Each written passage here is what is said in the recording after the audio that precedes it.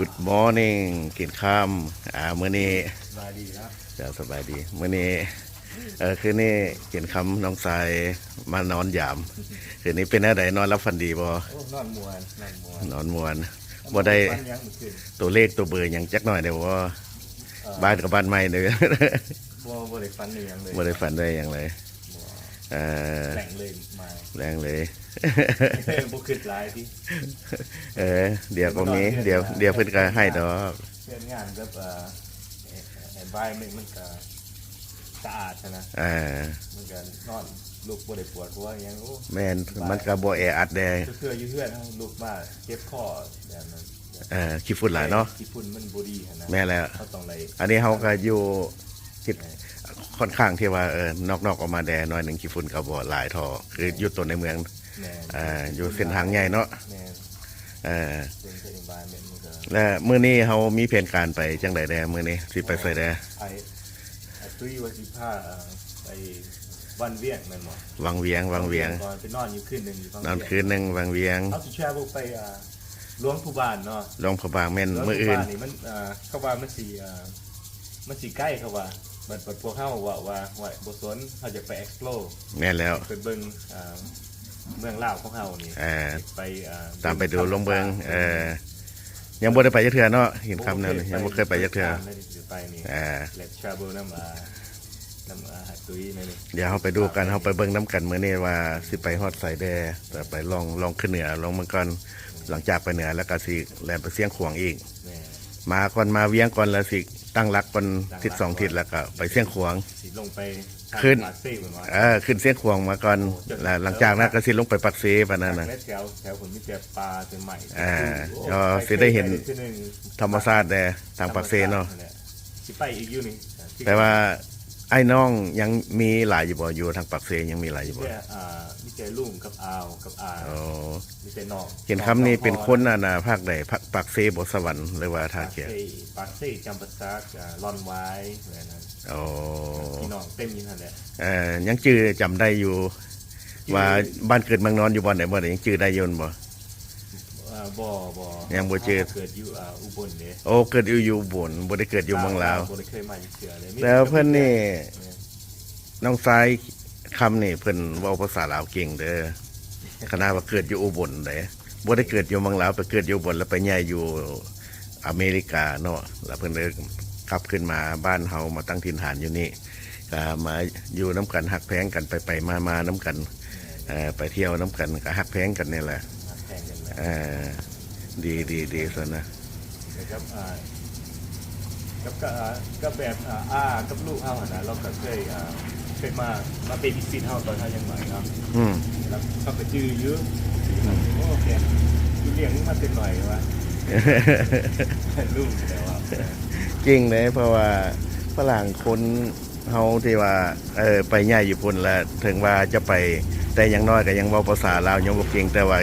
น้องสายคำนี่เว้าภาษาลาวเก่งแปลว่าได้ 90%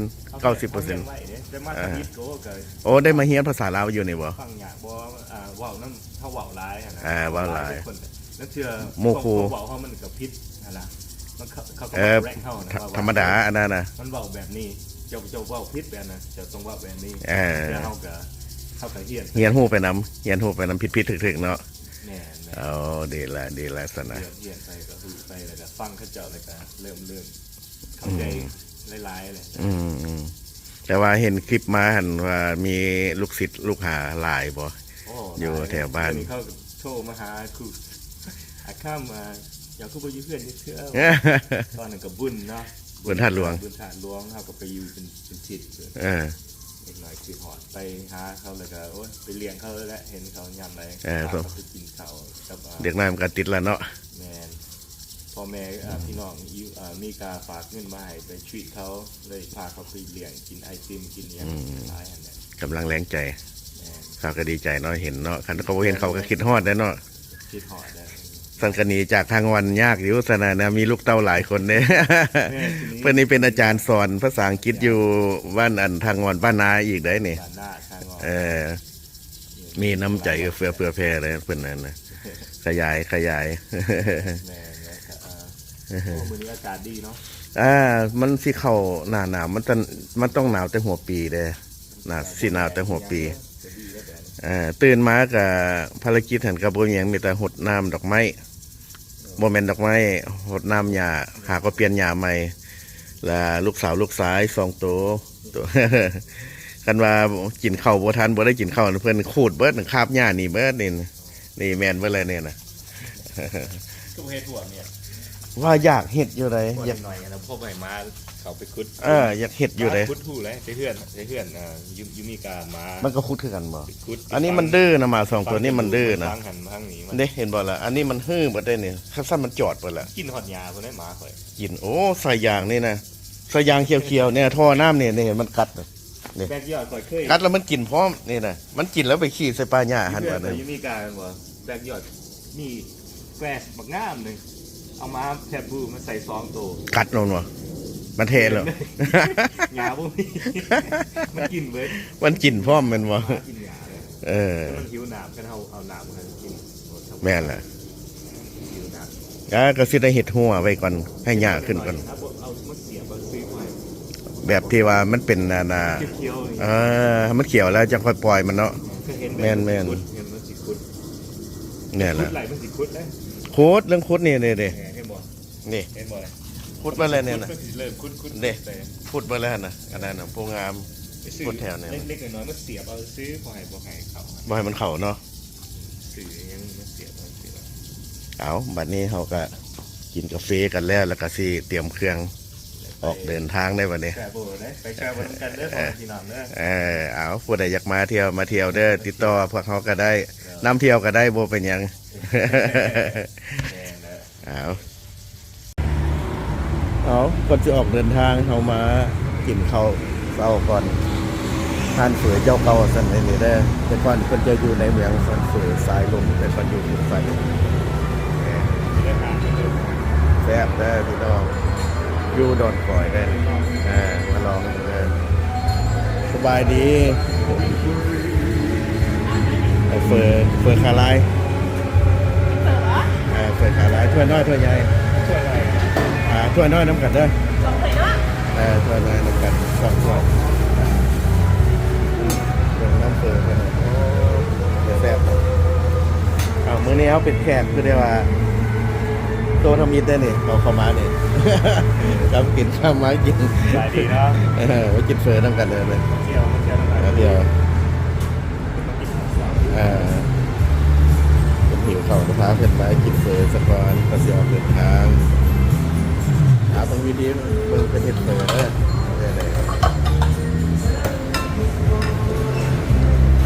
ซีนบัวลวกซุปปันไหนก็ได้นะซีนบัวลวกซุปปันไหนก็ได้ กินมันว่าคือปันไหน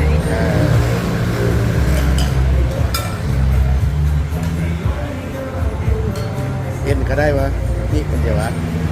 เอ็นคาลาย เดี๋ยวเป็นจะโล 2 โล ได้ที่6 โลหนึ่งเนี่ย โลนึงเก่าแล้วเขาซื้อมาเอาแล้วเขาซื้อมาเอา แล้วที่ก็มาวะ ปลาไปเขาสิไปเที่ยวหลวงพระบาง 3-4 มื้อแล้วกลับขึ้นมาเอา เว้ย3-4 มื้อแล้วกูอยู่เด้อ เพราะว่าจะ 3-4 มื้อจะเป็นวันเสาร์วันอาทิตย์คนละครั้งเนาะ เพราะว่ายังทิศหน้าก็ได้ เอาไว้นะไว้อันนึงใส่ตู้เย็นอะไรไว้นะซีนเพิ่นป้าเพิ่นใส่หลายเลย จังไหนนี่สิรีวิวให้ปะ รีวิวให้เด้อ เปิดวะ มาเด้อแต่ก่อนเพิ่นอยู่สายโรงเรียนนี่เพิ่นย้ายมาอยู่ดอนกอยได้ นี่ เปิดป้าเนี่ยสมัยตะกี้ดังแท้ๆเลยใครก็นำมากินคือเก่าเนี่ยนะนี่วันนี้ต้องใส่ต้มเกลือน้ำก็ประเด็นเบิดมื้อหนึ่งจักหม้อเบิดมื้อหนึ่งจักหม้อ 3-4 โมง ปลาตัว3-4หม้อก็หลายร้อยถ้วยเลยเนาะ3-4หม้อ มัน เนาะ ก็ไก่ตักไว้ เป็นแซ่บบ่พี่น้องแซ่บจริงๆ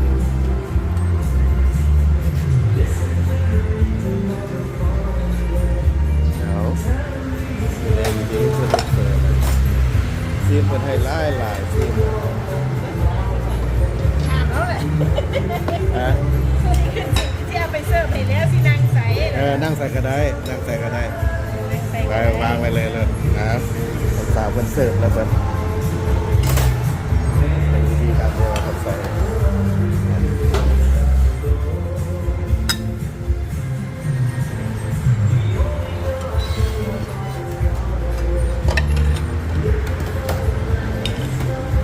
มาเด้อไปอยู่ไกลอยู่ต่างประเทศเลยนะนำมารถยืดก่อนนี่แหละอยู่สายลมเจ้าเก่าวันนี้เขายาเขาห้าเพิ่นประสันเขาได้เวลาเลยวันนี้นะ มากิน ส่งมาให้เขาถั่ววัดใหญ่เลยเนี่ยอันนี้ถั่วน้อยเป็นเลยเนี่ยถั่วน้อยเป็นมีซีน200แล้วซีนสุกซีนเป็นต้มเปื่อยเลย ตัวเดียวเท่าไรเนี่ย ประมาณ5-60เนี่ยแหละ5-60พันเนี่ยแหละเอาเลยกินเปื่อยพี่น้องเดือดคัน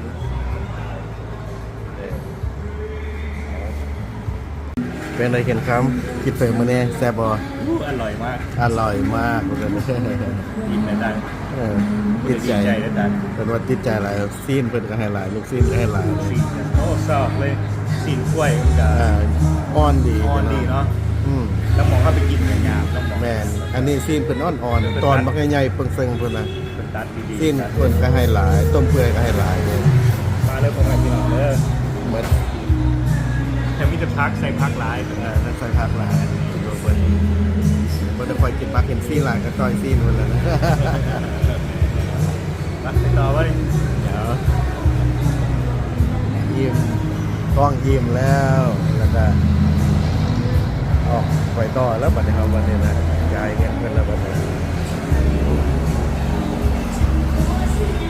โอ้แซ่บหลายป้าแซ่บหลายก็มากินแต่อยู่นี่แหล้วกินน้ำป้านี่แหล้วอยู่ใกล้กันแล้วเนาะ มาเด้อผู้อยู่ทางไก่นะมาลองซีมึงเด้อเผื่อเจ้าเก่าได้อเพิ่นเจ้าใหม่ได้เผื่อเจ้าเก่าได้อยู่สายลมตะกี้เด้ป้าเพิ่นเคยอยู่เฮ็ดอยู่สายลมตะกี้น่ะแซ่บหลายที่เพิ่นก็ให้หลายต้มเปื่อยก็ให้หลายนี่นะเด้ กล้ายินอีกไหม ได้ดีแหละ เท่าไหร่ แสนข้าว แน่เด่น ไหนด้วย นี่บ่เดี๋ยวจ่ายบ่เอานี่มันซอยต้มเปื่อยอันนี้มันซีนขาลายเห็นไหมนี่ ว่าเมียน่ะนี่มันเป็นข้างสัตว์ อ๋อ ข้างสัตว์มันข้างสัตว์ นัว หูยักใส่อีกเจ้า หูยักใส่หู หู ยังไง ยักใส่อีก ว่าเคยก็ยังไงว่าเคยหูยักใส่กันนะ หูเล็กจะเนมมันไปเงิน กำลังเทียน เห็นเหรอโอ้ยเงียบใส่เงินง่ายเงินที่นะ มาเด้อผู้อยู่ต่างประเทศก็ได้อยู่ ใส่เด้อจ้ะ ต่างประเทศก็ลองมาซีมานั่นเปิดป้าอยู่สายลมแต่ก่อนเด้อนี่แซ่บหลายจักแซ่บบ่แซ่บบ่หมดเกลียงแซ่เลย เหลือแต่น้ำ เดือดเลยนะ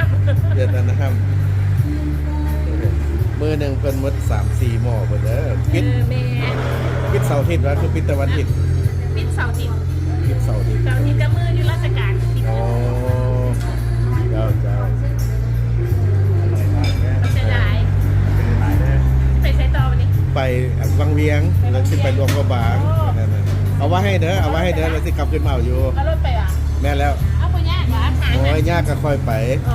ยากก็ค่อยไปบ่ยากดอก เด้อ เจ้าเอาไว้เด้อเอาใส่ตู้เย็นไว้ให้เด้อ โอเควันจันทร์วันค้านที่หน้าเฮามาเอาเด้อโอเค ได้ เจ้าขอบใจ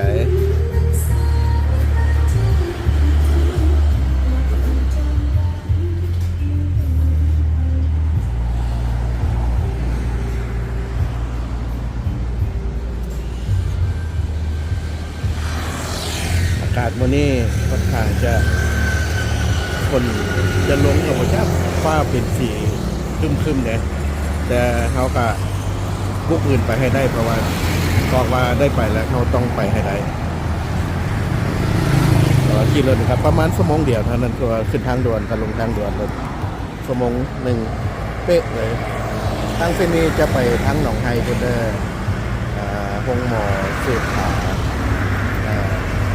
ใต้เนื้อเนี่ยคือท้ายประทับหลวงใต้เนื้อแม่นพ้นปลาเป้าพี่น้องจะพ้นปลาเป้า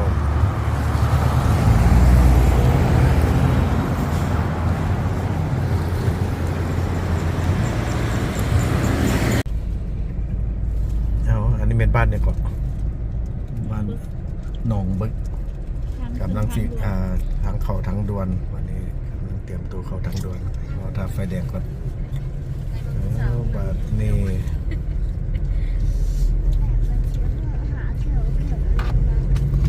ก็เลยชิบอนหาเขียวๆมาเขียวดีได้แล้ว นี่ทางด่วนจีนแล้วเด้อบัดนี้นะ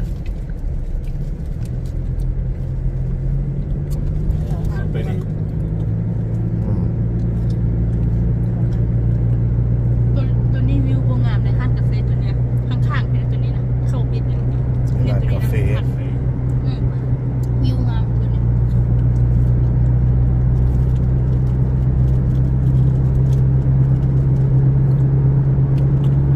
ไปหลวงพ่อบ้านบ่ วังเวียงก่อนแม่ วังเวียนก่อนเนาะ วังเวียงก่อนเอาไปลงกระบะก็ประมาณชั่วโมงหนึงเดินทางด่วนพอดี สมุง ชั่วโมงพอดีชั่วโมงหนึ่งเป๊ะเลย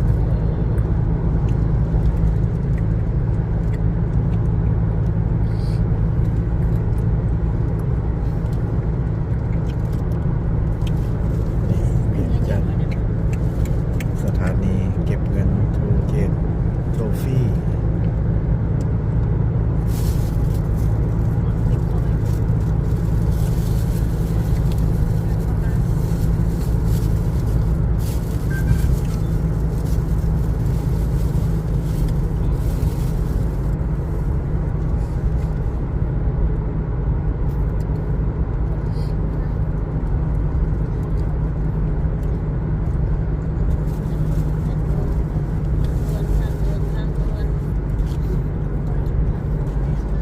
ระยะทางที่ว่าสี่แยกเข้ามาเข้าทางด่วนนี่ก็จะมีประมาณอยู่2 กิโลเด้อเข้าทางด่วนนี่เราต้องเอาเก็บเอาปีซะก่อนแล้วไปจ่ายทางหน้า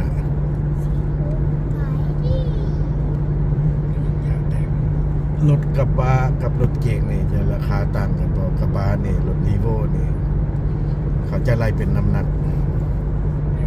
คันรถเก๋งบอล SUV นี่ราคาหนึ่งถือคนอันนี้ถ้าเป็นปิกอัพ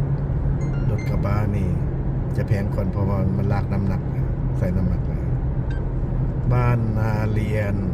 บ้านสีเกิดนี่โอ้ดีกันร้านเราร้านเบียร์หลายเลยนะก่อนขึ้นทางด่วน คือไปเที่ยว อืม เป็นน้ำพี่พิเศษให้กินนะ นี่ฮอลแลนด์ทูฟี่ ทอฟฟี่นี่มา collect ticket อะไรนี่เนาะ เยอะ รถหลายๆมันก็ต่างกันเนาะ อืม ใหญ่ ราคาบ่คือกันรถ มัน ตู้ บ่ ก็ เป็นราคาจานเป็นคนบ่เลยขึ้น บอขึ้นกับ เป็รถ น้ำหนัก กับน้ำหนักรถ น้ำหนักรถรถปิกอัพนี่แพงกว่าโมรถปิกอัพนี่ พิกอัพรถทรัครถนี่ยังซิมมาอีกนะ แน่ แม่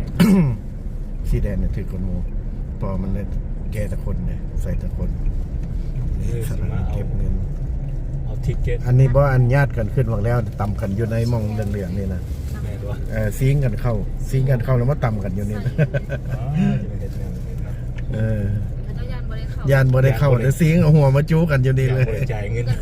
เออโอ้ยมาไฟเอาบัดนี้เราต้องได้ โอ้ขาดกันเลยวันนี้ต้องวัดเอาขาดกันนี่โอ้ยตกแล้ววันนี้ลบมาเก็บอันนี้ขาดตกได้วันนี้ไปได้แต่ออกว่าได้วันนี้บ่มีขาดวันนี้แม่นแล้วต้องเก็บเอาเป็นเก็บให้พนักงานเพิ่นเก็บให้ขอบใจเด้อ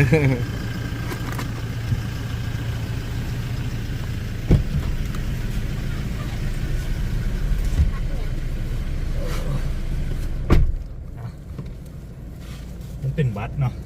มันเป็นแบบเอา ก็แต่นี่ครับ